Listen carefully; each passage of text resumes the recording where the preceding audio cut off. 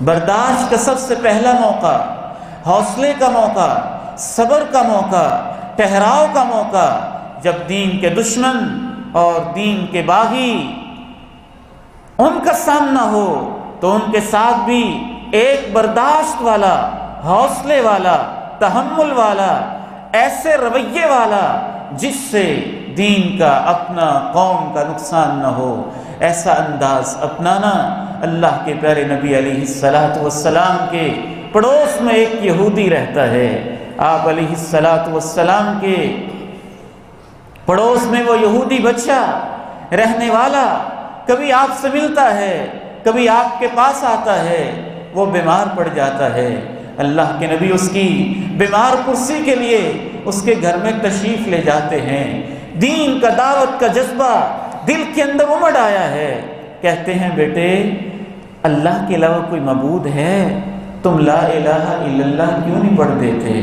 باپ کہتا ہے اطیع ابا القاسم، بیٹے آج قاسم کے ابو کی بات مان لو۔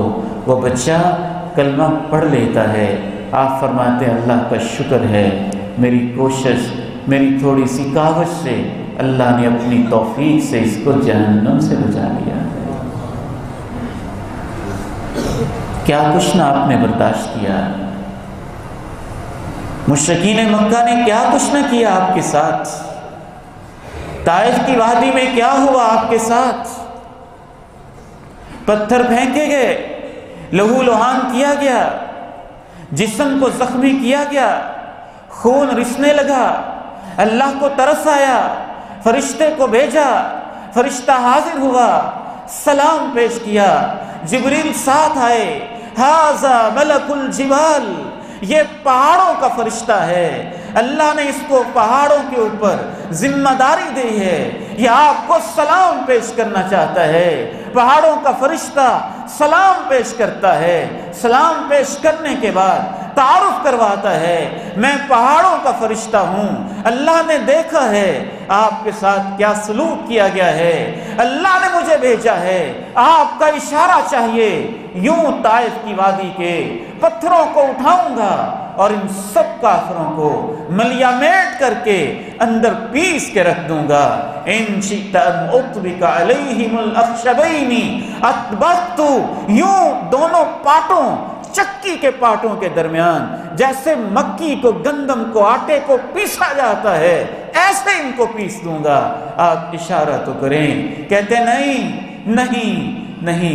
میں یہ اشارہ نہیں کر سکتا، ممکن ہے اللہ ان کی نسلوں سے کوئی کلمہ پڑھنے والے پیدا کر دے۔ یہ جذبے امت میں کیسے آئیں؟ یہ جذبے امت میں کہاں سے آئیں؟ یہ تڑپ امت میں کہاں سے آئے؟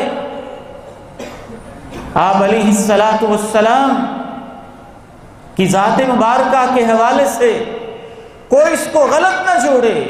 موجودہ حالات کے ساتھ اس موضوع کا کوئی خاص تعلق نہیں۔